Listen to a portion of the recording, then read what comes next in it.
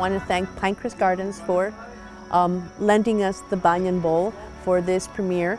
And if there was any kind of start to a story, if there was any kind of source of where I can say this inspired me to write The Olive Tree, I would say that it was a CBS Sunday Morning News package that was called The Lemon Tree. And it talked about this particular school that had once been the house of both an Arab and a Jewish family.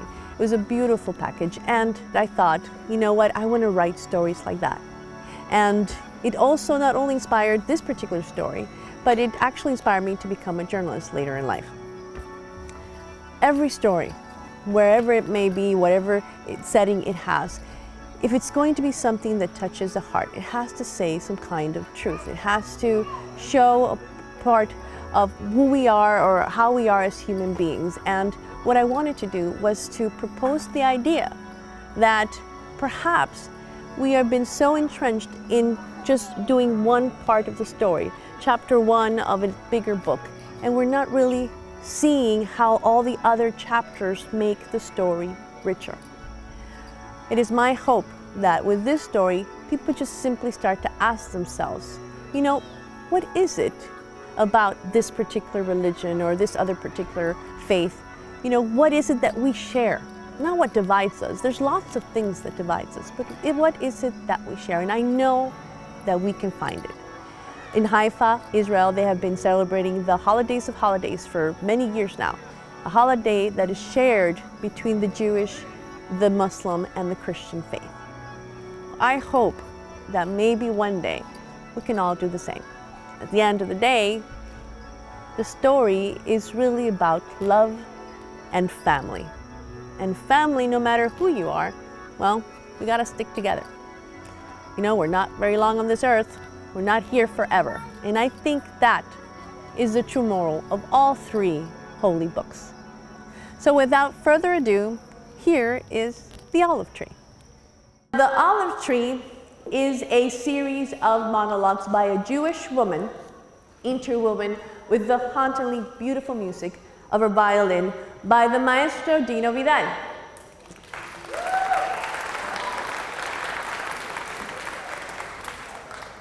The story is set sometime in the future after a devastating war where thousands of Muslims have died in what they called working camps across the world. And though this story is fictional, it is pieced together like a quilt with real experiences by real people and modeled after the very real events of the Second World War. Like Mark Twain is quoted in saying, "History does not repeat itself, but it often rhymes." And so it is our hope that with this story, as with every or any dystopian tale, by presenting the worst possible future, we may learn then to create a better version of today. But first, the first song by our very own fiddler on the stage, the maestro Dino Vidal.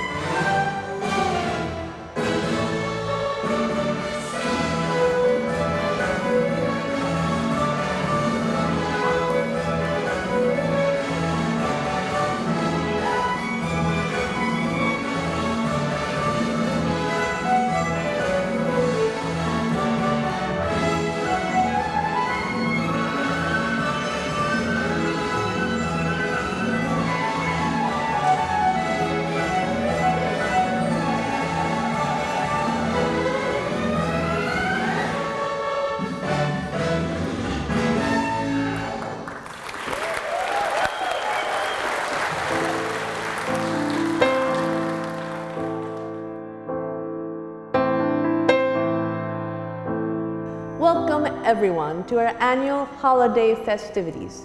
This year is a special one, for it is the 10th anniversary of our beloved school. Now, I'm Sofia Esperanza, the director and co-founder of the school, and as many of you know, the beautiful Spanish-style building which all of you toured earlier today was originally my home. And the olive tree, growing strong and tall behind me, was brought back as a tiny seed from Israel by my grandfather. Now, I know you're all eager to go to the dining hall to enjoy the bountiful feast, but this year, before we begin, I would like to tell you a story. You see, the year was 2033, and Muslims across the world were forced to wear a black armband with the crescent, moon, and stars, or it was either that, get tagged with a digital transmitter under their skin. The war had been going on for about 3 years at that point, and I realized that our youngest students here today weren't even born then. But I am certain that your history teacher has taught you about the great attack of 2030, how in one horrible night, 3 main icons, the Statue of Liberty, the Eiffel Tower, and the Big Ben were reduced to rubble. And there were countless people hurt and injured, and we were all so scared everywhere. We can't reason with fear. Society fell apart a few years after that. The financial crisis that followed just ushered in chaos. And my family, well, we lost our business and we lost our home. Yes, that house with my grandfather's tree. Now, my grandfather had come to America for the same reasons that all our ancestors did, to start a new life. And he had chosen Miami Beach because where else could he be within walking distance of a temple and a good Jewish deli? The man loved his matzo ball soup. My father grew up in that house, although the tree was quite young, or quite small in his youth, but then he married a nice Jewish girl from Venezuela. So the Esperanza family was an eclectic mix from all parts of the world, from Israel to Italy to Venezuela.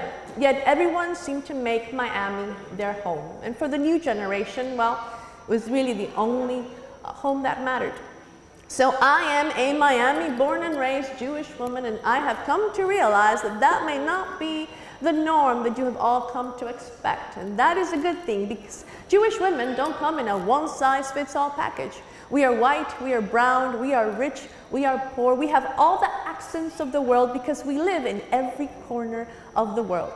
I once knew a Jewish girl who was born in Palestine, raised in Colombia, learned English at the Bronx, and then converted to Christianity in college. Listening to her speak with that mishmash of accents was like listening to a melody. So I'm sorry if I don't conform to whatever pre-existing notion you may have had of how women like me act, including a certain nasal way of talking. But I will give you something though. Lo and behold, the nose. And anyway, a few years after we lost the house, the bank sold it to a wealthy Arab family. Their children, Abida, Abi for short, and Taha, actually went to the same school that my son did. Well, they attended the same building. Muslims were kept apart in separate classrooms back then. I know it sounds strange, but I don't know, I guess we just got used to it back then. One day I came home and my husband is saying, Sophia, you just have to come and see this. And he showed me the news on his pad.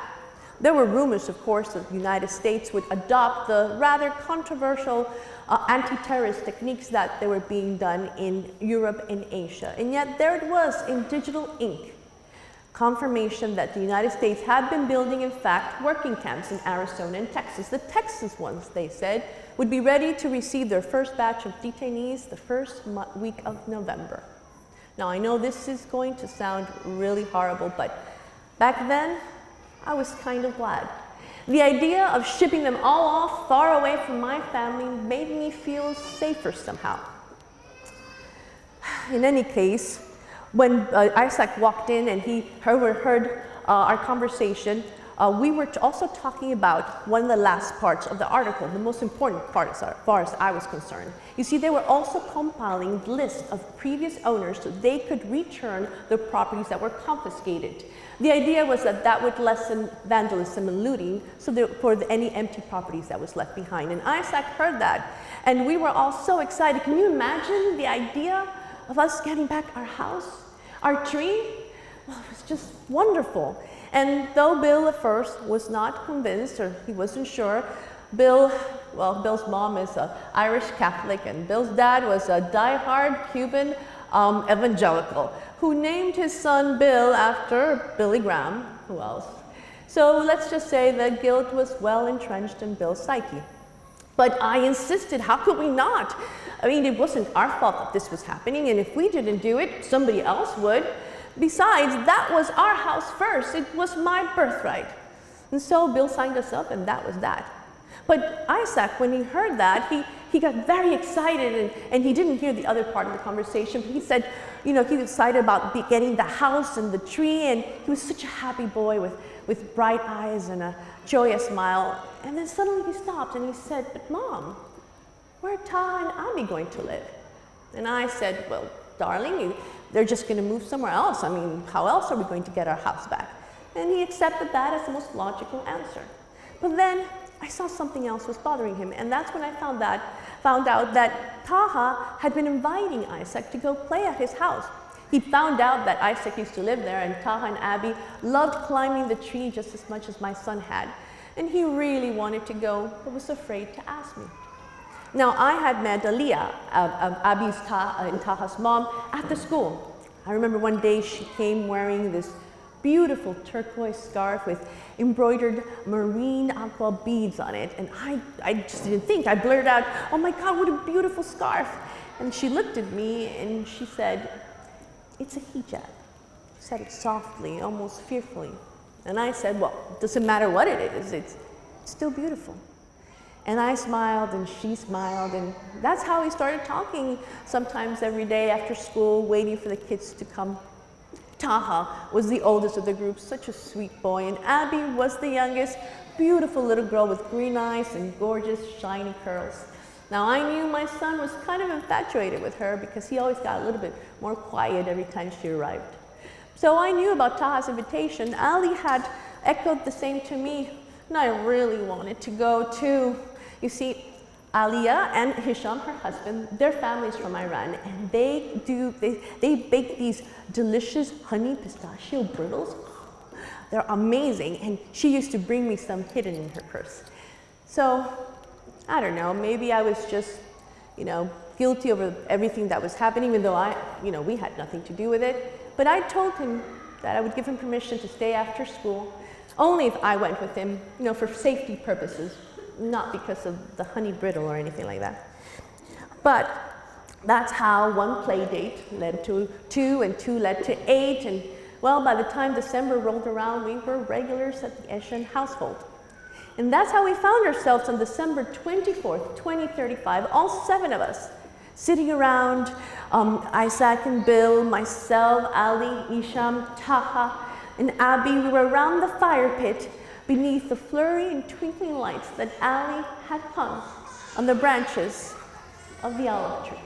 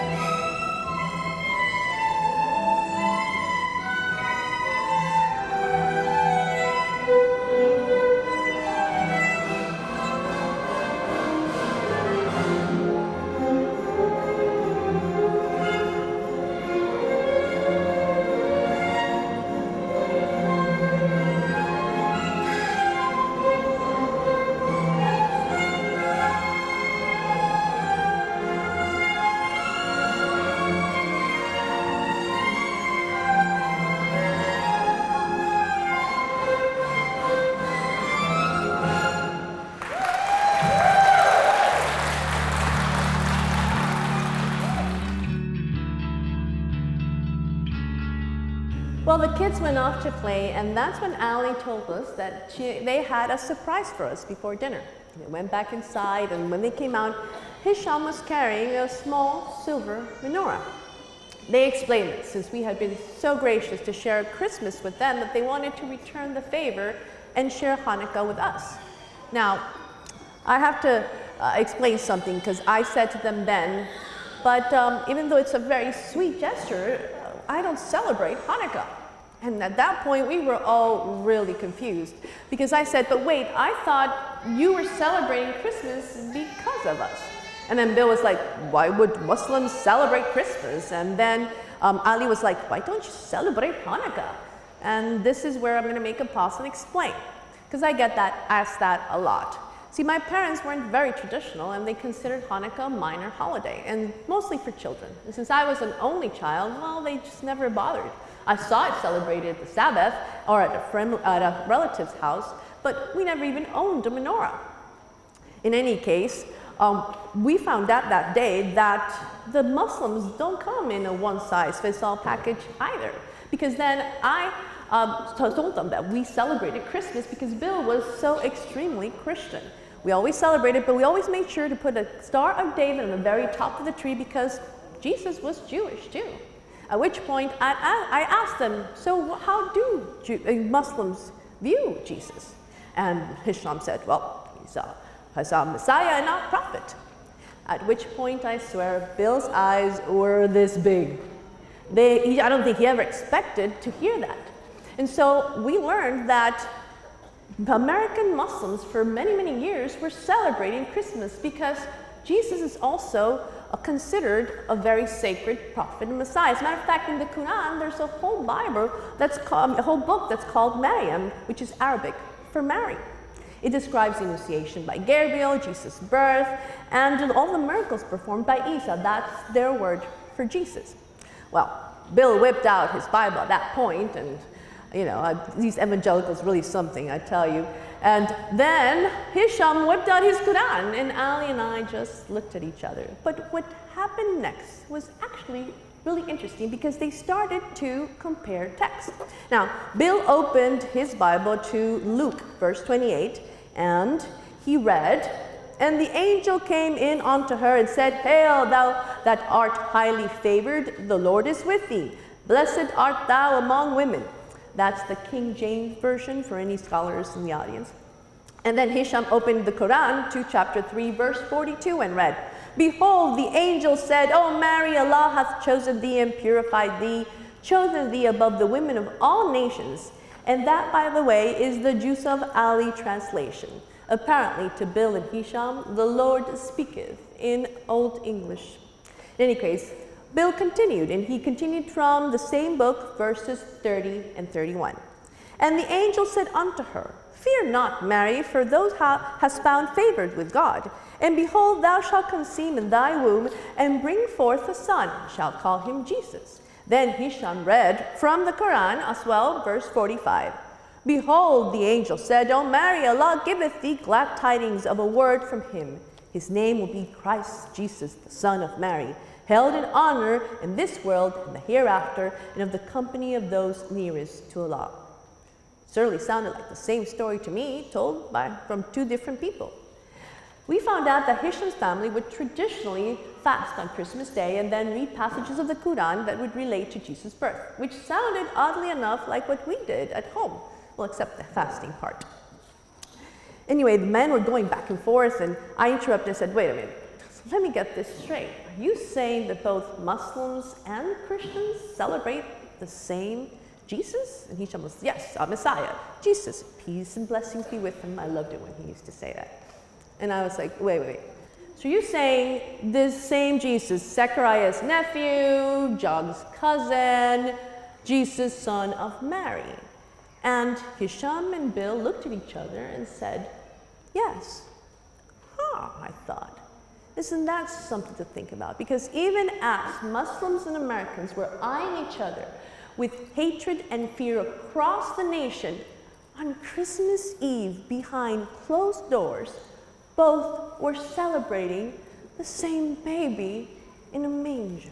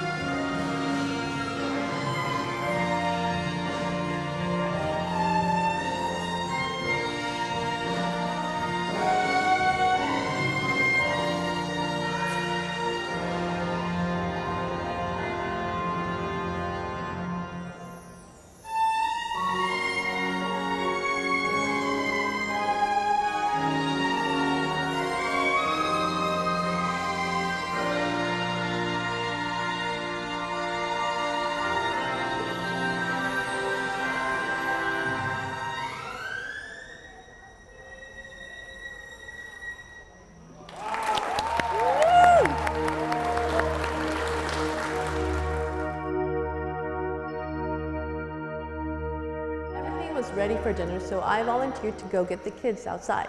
Now, as I passed Taha in the terrace, I saw him giggling mischievously, and I asked, "Where's Abi and Isaac?" And he was like, "Abi and Isaac sitting in a tree. K-I-S-S-I-N-G." Taha was a bit of a comedian, I must add. But I went outside, and there they were, sitting on one of the middle branches of the olive tree. Their heads were together, and Isaac had his hand on Abi's shoulder. It was the sweetest scene. And above the branches, I could see the moonlight. And I remembered that if you sat just about there on a Christmas night like that one, you could see all the Christmas lights all the way down to the end of the street. And if it was windy, you could see them bounce and twinkle, just as if they were dancing. I don't know why, but the scene reminded me of when I first met my husband, Bill. Now, you see, Bill and I, we used to go together to college, though I was a bit of a nerd back then, and I really didn't pay much attention to him or to any other boy for that matter. But somebody spray painted racial slurs on the cafeteria wall, and the administration decided it would be a great idea to create a sort of religious fair where students could then talk about their religions and their faith, and that way build bridges of tolerance and understanding among the different cultures. At least that's what they wanted to do. And Bill, of course, was chosen to represent the Protestant clan. He was wearing a denim suit with a bright red tie. I still remember. Please don't judge his fashion sense. They were in style back then. But he stood on the podium and he smiled, genuine, beautiful smile, and he said very calmly, "I'm sure you're all wondering if I'm going to stand up here and start quoting the Bible like a madman." And he was right, because I had already opened the music app on my phone. But he said, "Instead, the one verse I will read is actually a summary of some very important lessons that were already taught in the Torah." And then he opened to Galatians chapter 5, verses 22 and 23, which read, from the International Version, by the way. I think he was feeling more modern in his youth. "But the fruit of the Spirit is love, joy, peace, forbearance, kindness, goodness, faithfulness, gentleness, and self-control. Against such things there is no law." And then he added, but what Paul was really trying to say is, against such things there is no law in the Torah, because all of these had already been taught in Genesis, Deuteronomy, Leviticus, and even Proverbs. And then it was like supposed to be a cheat sheet, he explained, of how to test whether or not someone had the Spirit of God or the Spirit of love in them, right? And then I thought he was going to start naming all the apostles, but instead he told us the story of his father. You see, the old Mr. Paris had come from Cuba when he was a young child, and he was just as passionate about Cuban politics as he was about religion. And in his college days, he was very active in the exiled Cuban community, a community which was later revealed was infiltrated with a whole web of Cuban spies. And what he learned was that a spy's job was not just to go out there and gather information. Their job was also to infiltrate an organization, take on its name, take on its ideals, and then do the total opposite of it, total opposite of all those ideals and ideas that they so profess to defend. So to Bill and to Bill's dad, that had spiritual implications, because he said, you see, there are also spies, spiritual spies among the Christian community. People who say they follow Jesus, but whose actions are so hateful and so intolerant, so opposite of the very teachings they so profess to follow, that they do more harm than good. So he urged us to not take Christians just on word alone, but to test them through those 9 fruits of the Spirit. And if they failed way too many, then to see them for who they were, spies working for the enemy. Now, I used to get asked why a Jewish woman would marry a Bible-thumping evangelical. And I would tell them that I had tested Bill's fruits, and they had turned out to be sweet and true. Of course, they thought I was talking about something naughty, and I just didn't correct them. It was a lot more fun that way. But anyway, I called the lovebirds down from the tree, and I went to go in to dinner, and I saw Bill and Hisham talking together, probably about religion, no doubt, and laughing, and there was just a gentleness about them, joyfulness. And then Ali came, and she plopped 2 kisses on her kids' foreheads as they sat down to dinner. And then she went on and did the same thing for my own son. And I realized then that these people, Ali and Hisham and their family, They too had the fruit of the Spirit. How I could have ever thought that they were terrorists was beyond me at that point. But I realized how easy it can be for us to carry these hidden biases that we didn't even know were there. Now, dinner was wonderful, as expected. And then after dinner, I was surprised to find out that Isaac wanted to light the menorah. Now, he'd seen Hanukkah celebrated at the temple, but never mentioned it, so we just assumed he wasn't interested in the holiday. I found out later that he'd been researching it online. As a matter of fact, he looked up the translations of the 3 prayers on his phone, and he read. First he lit the shamash candle, and then he read, "Blessed are you, Lord our God, sovereign of the universe, who has sanctified us with his commandments and commanded us to light the lights of Chanukah. Amen. Blessed are you, Lord our God, sovereign of the universe, who performed miracles for our ancestors in those days at this time. Blessed are you, Lord our God, sovereign of the universe, who has kept us alive, sustained us, and enabled us to reach this season." So we said amen, and they said amin, which pretty much means so be it in both languages. And then Isaac lit the first candle on the Hanukkah, on the menorah, and then he put the shamash in the center. I looked at the flame, and it was golden and beautiful, and it made me think of a miracle. Because isn't that what we celebrate in Hanukkah and Christmas? Lights and miracles. The light of a flame that kept on burning because of a miracle of an oil that just kept on going, not for 1 day, but for 8 days straight. The light of a star that was able to lead wise men across the desert because of a miracle of a small boy whose birth, both Christians and Muslims agreed, had been announced by an angel. Wasn't tonight a miracle too? How by the light of a single Hanukkah candle, a Jewish woman who had never celebrated Hanukkah would celebrate it for the very first time on Christmas Eve in the company of and because of an Arab family who also celebrated Christmas.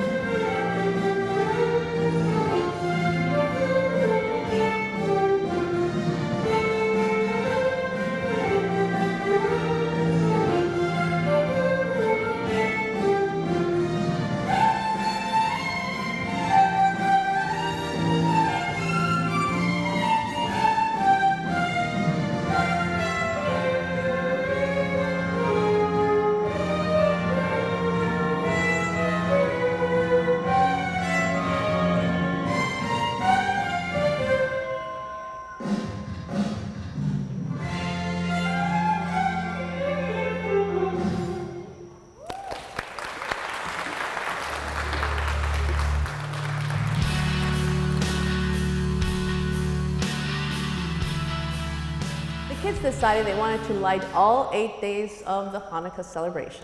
Personally, I think they were just trying to get an 8-day-long play date during the winter break, but I guess it worked.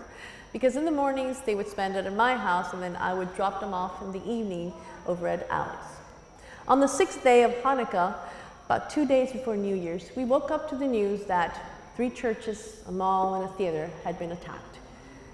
Car bomb, pipe bomb, suicide bomber, you named it, somebody used it that day. Miami declared martial law, and there were rumors that there was going to be an early curfew. And of course, Miami being Miami, there were more people out on the street than ever. Ali dropped off Abby and Taha in the morning, and immediately they walked in and tore off their black armband and went to the family room where Isaac was probably playing with some electronic gadget. About 10 that day, I heard someone knocking at the door. And when I opened, I saw that it was Ali, and I was surprised because I didn't expect her back so soon. But then I saw her face, and she looked pale and frightened.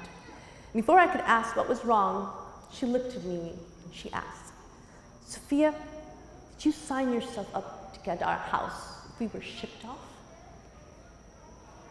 And how do I answer that? How did she know? I don't know. And I said, "I'm so sorry. So sorry, Ali. It was before I knew you, before we were friends." She goes, "Why? Did you think we were terrorists?" I said, No. I know that not all Muslims are terrorists, but what, Sophia? Not all Muslims are terrorists, but all terrorists are Muslims? Is that what you were going to say? Yes, that was what I was going to say. I guess we all believed it then, didn't we? It was just so convincing. She goes to me, "You know who you remind me of?" And I thought, Judas, Brutus, I just heard that much. And she said, "Joseph." I said, "What?" "Yeah, that's who you remind me of, Joseph with his multicolored coat. Look at me, I'm the father's favorite. He gave me this coat. All my brothers must bow down to me and honor me. That's who you remind me of, Sophia. That's who you, look at me, huh? But you know what? If I were one of his brothers, Sophia, I would have sold this as too, naughty little brat. And you, look at me. We are the father chosen. This land is ours by birthright." Well, even if that were true, Sophia, even if that were true, nobody likes a teacher's pet. And I was speechless. I didn't know what to answer. And then I heard Bill coming up behind me. He'd heard the last part. He was like, "Whoa, Ali, calm down. We know that you don't mean any of that." And she turned on him. "And you, nobody goes to heaven unless they believe what we believe." "Well, you know what, Bill? You don't have an exclusivity on salvation." And if I weren't angry, I might have agreed with her on that part. But I was so furious. I swear I wanted to throttle that woman with her own hijab. And I walked through the door to tell her. And then I saw an armed guard standing on the other side of the door. And there was an armored car parked in my driveway. And Ali was calling for Abby and for Taha, and I was saying, what's going on? And then all the kids came, they were confused, and Ali said, "We're leaving, Sophia. They brought me so I can pick up the children. Congratulations, the house is yours." And I couldn't speak. Isaac and Bill were attacking me with questions, and they were escorting them out to the car. And then another armored truck passed by, and it was repeating in the loudspeaker, "Everyone off the streets. We're enforcing early curfew. Stay in your homes." And Isaac, who had heard the last part, got very angry and frightened and said, "What have you done? What did you do?"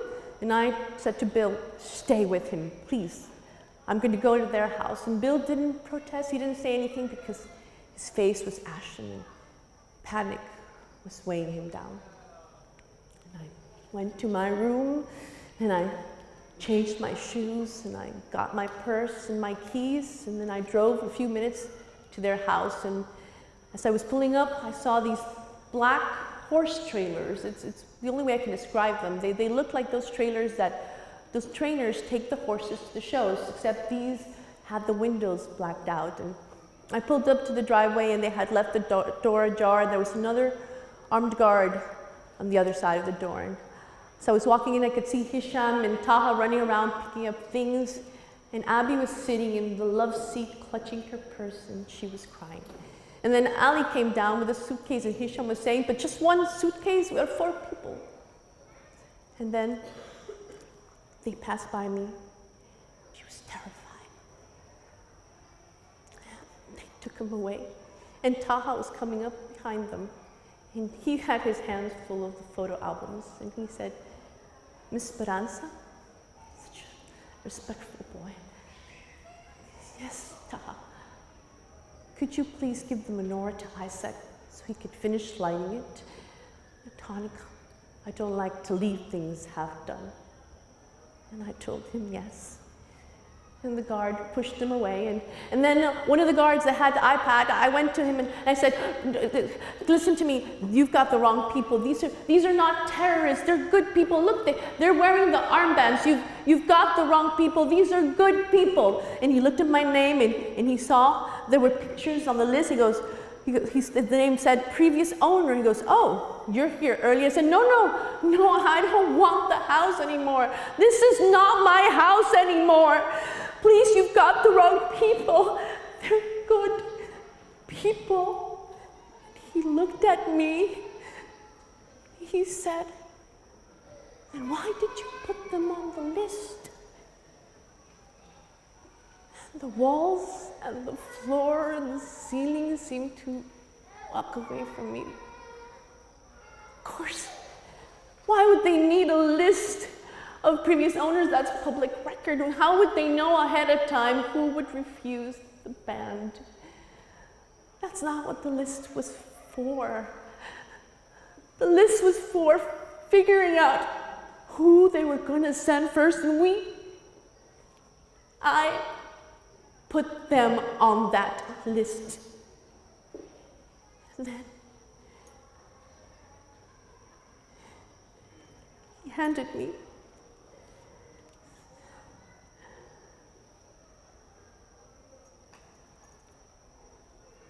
my 30 pieces of silver.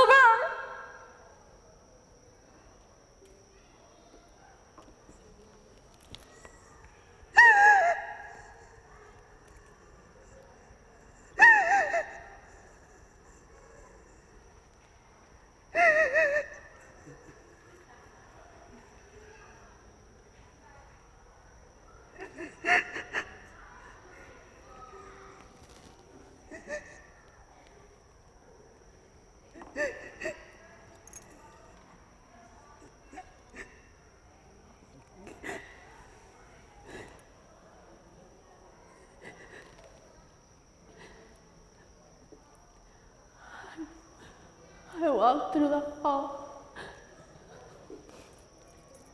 There were their pictures still on the wall. Past the kitchen and into the family room, where the menorah was on the mantle, next to the beautiful Persian curtains that Alia's grandmother had sent her from Iraq. And I took the shamash candle and I lit it. Then I lit each candle one by one. Then I heard a rumble in the window and I saw them pulling all the trailers away. And I looked at the curtain. Such a beautiful curtain. And I set it on fire. And I watched it burn.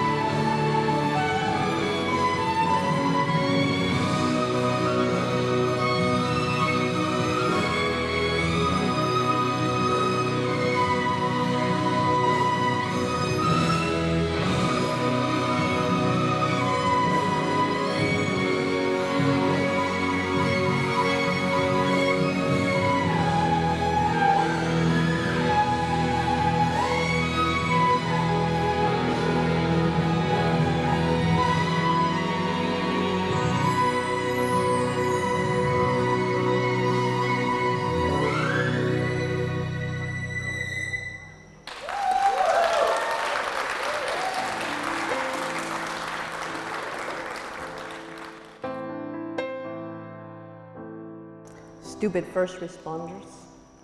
They rushed in and pulled me out of the house. I was near an open doorway anyway. I was angry, I was hysterical, but not suicidal.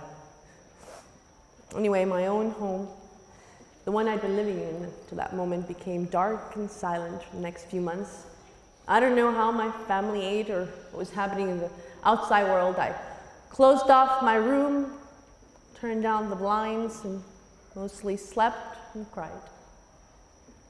Sometimes I would lie in bed and look at the ceiling and just stare at the blades of the ceiling fan turning. I wanted to die. And then one day, Isaac rushed in. He was smiling again.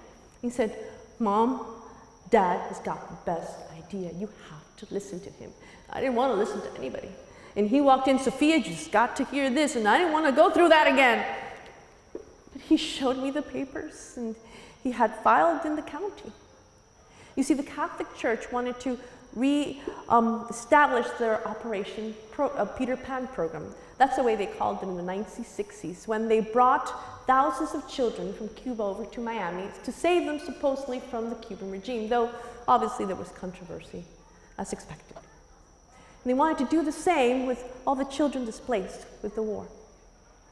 Now, I found out that after I came out of that phase that there was, in fact, horrible things happening out there. The war was in full swing and hundreds of people were dying in those camps. They were saying it was riots and suicides and fires and just unexplained circumstances. But hundreds and more were going missing every day, and everybody was so confused, and there was so much chaos and so much fear. I found out later also that the camps in the US, they were just a front. They were going to keep them there. They were getting everybody over and then shipping them off to Europe as well.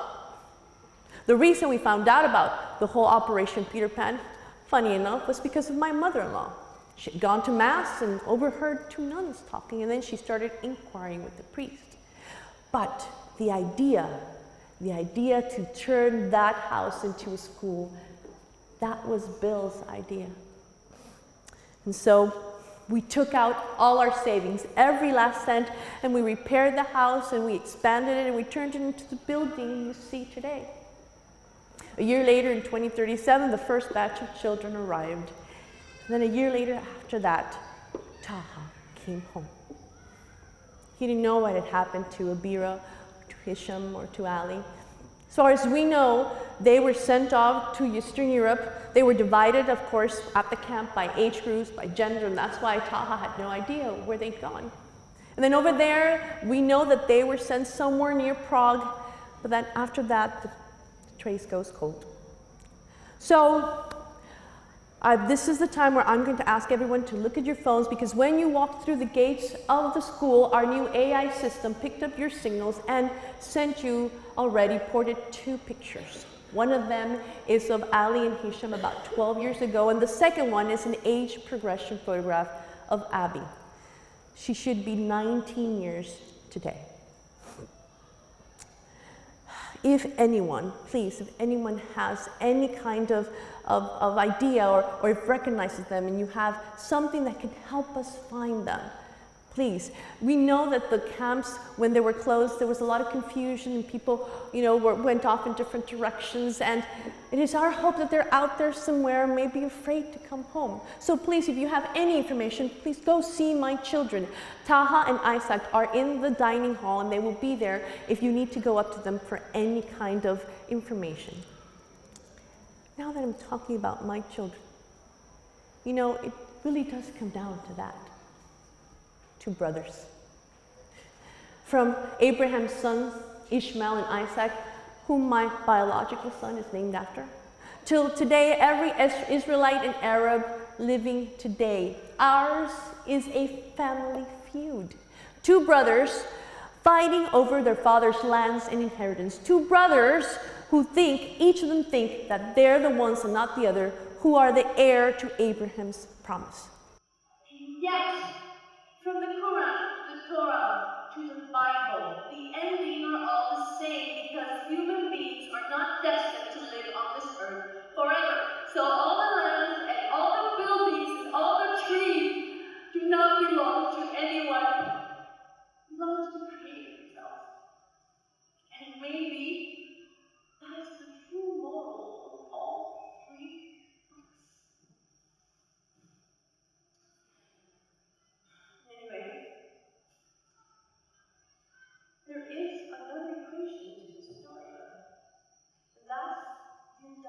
brother, who shares a little bit of each side, talking of course of Christians. Because Muhammad himself believed in the hope of the Christmas story, in the true message that it represented of love and tolerance and peace. Now, I know a lot of you are not going to agree with me, but I have begun to wonder, what if the baby in the manger is really the bridge that can unite us all, not in the archaic views of religions past and their spiritual spies that went out there and tried to destroy it, but rather in a new understanding of what that really represents, in how it passes all 9 of Bill's fruits, the spirits, the fruits of the spirits: love, joy, peace, forbearance, kindness, goodness, faithfulness, gentleness, and self-control. And I know these fruits are possible because Bill lived them every single day of his life until he died 5 years ago. He was in a mosque in Tel Aviv, coordinating the transfer with the imam of some refugee children. Someone threw a pipe bomb through the window. There is a beautiful jade stone at the bottom of the tree with some quotes in his memory, and it reads, "Judge not the tree by the color of its leaves or by the texture of its bark. For it's the true fruit that it bears that will show you the true nature of its heart." You'll notice that there are no memorials in the school for Isham and Abi and Ali. That's because we still have hope that they're out there somewhere until we know otherwise. Their home is here, waiting for them. But tonight, no more sadness, because today we'll celebrate, as we have done for the past 10 years, not one holiday, not 2, but 3 holidays of lights and miracles, family and feast: Ramadan, Hanukkah, and Christmas, like they have been doing in Haifa, Israel, for the past 50 years, despite of the war. It is called the holiday of holidays, and there will be music, and there will be light, and there will be joy, and there will be laughter, which is really the very essence of why we celebrate this season. But one last thing, and I promise it's the last. I know we're all, can't wait to taste those delicious honey brittles, but Taha and Isaac wrote a poem when they were young teens. It's the poem that is etched now in the mural at the entrance of our school. And I'd like it to read it to you. And it says, "At one point in all our lives, we will believe something wrong. And we will fight for it, and we will defend it, because we don't know that we don't know. And we'll be certain that we are right if certain people believe it, if certain media repeat it, if we only speak with those who agree, because we don't know that they don't know. And we'll insist the fault is theirs, even when their news refute it and their people may dispute it, and we'll call each other ugly names like racist, bigot, misogynist, neo-Nazi, terrorist. What, are they blind? Don't they see that we are good and we are kind to those we love? Until the voice of discontent grows to an ever larger chorus, and that's when some of us will wonder, what do they know that we don't know? And those that come to realize that what they thought they knew were lies will look around and finally see just how easy it can be for good people to do wrong. But they don't know what you now know. Go out and teach them. And that is what we have strived to do for the past 10 years in this school. Teach our kids to love and tolerate and coexist. So, on behalf of the Abira Eshan School for Muslim, Jewish, and children of any faith, we say to you, let the true meaning of Christmas burn forever in your hearts. Shalom, salam, and have a very Merry Christmas.